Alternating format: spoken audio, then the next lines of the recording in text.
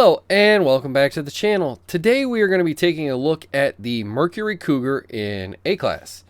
So the first thing we're going to do is we are going to just leave in the stock 4.7 liter V8 engine.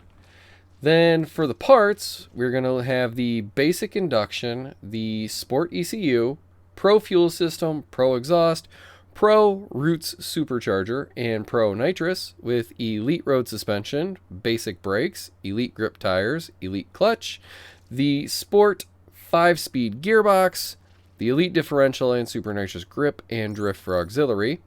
For the handling, we have 60% grip, steering sensitivity is all the way up, downforce is 1 to the left, traction control is off, and drift entry is brake tap.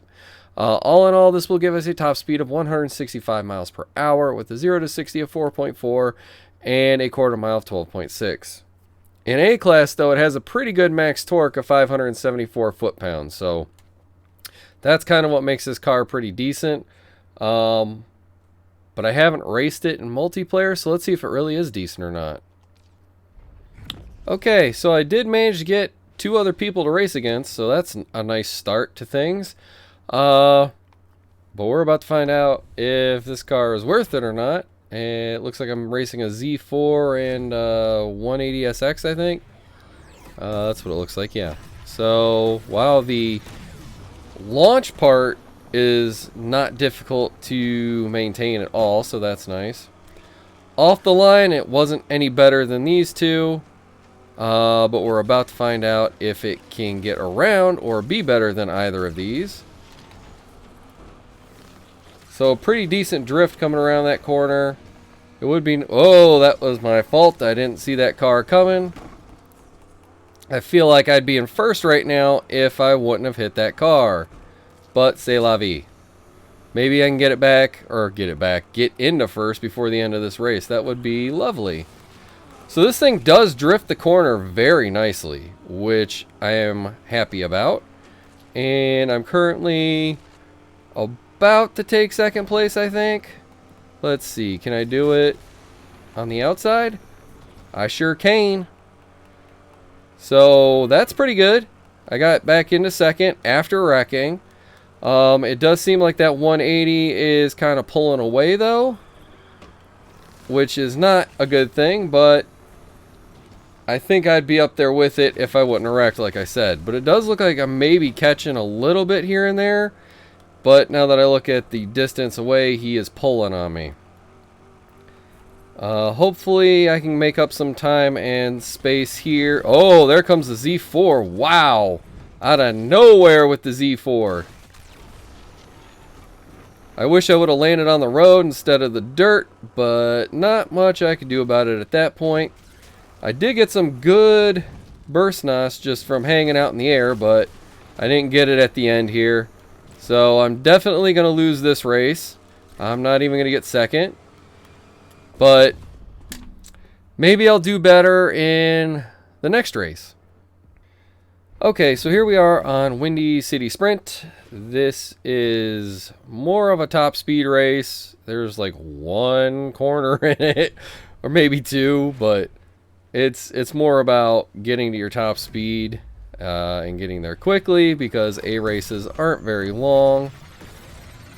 But off the line, I took them both that time. 1, because I was already in front of 1, and 2, because I think that 180X messed up their launch. I don't really expect to stay in the lead given the last race, but maybe I'll get lucky. I don't know. My luck, I will run straight into a car right around here, which will cause me to just straight up die. Oh, there goes the 180SX, which I figured was going to happen just based on the last race. But I did manage to draft him a little bit, and I have this AMG drafting me, it looks like. And okay, I'm going to go ahead and call it now. This is not a good car for A. I really thought it would be from the testing I did, but that was wrong. And now I see I have wasted my money on this car, but not every build is a winner. And this is how we find out if builds are actually good or not, by playing in multiplayer. I don't know why it won't shift into 5th gear. Like, it's just staying in fourth. Hey, it got into fifth. Look at that. Just in time to lose some speed and have to downshift. Like, if I was doing manual, it definitely would have gotten into fifth gear sooner, but I just, for some reason, haven't tried manual that. Wow, so, yeah. I don't know what else to say about it at this point. So here we go in the final race of this, and we all know what the outcome's going to be. I'm going to place third unless there are major wrecks or somebody decides not to race.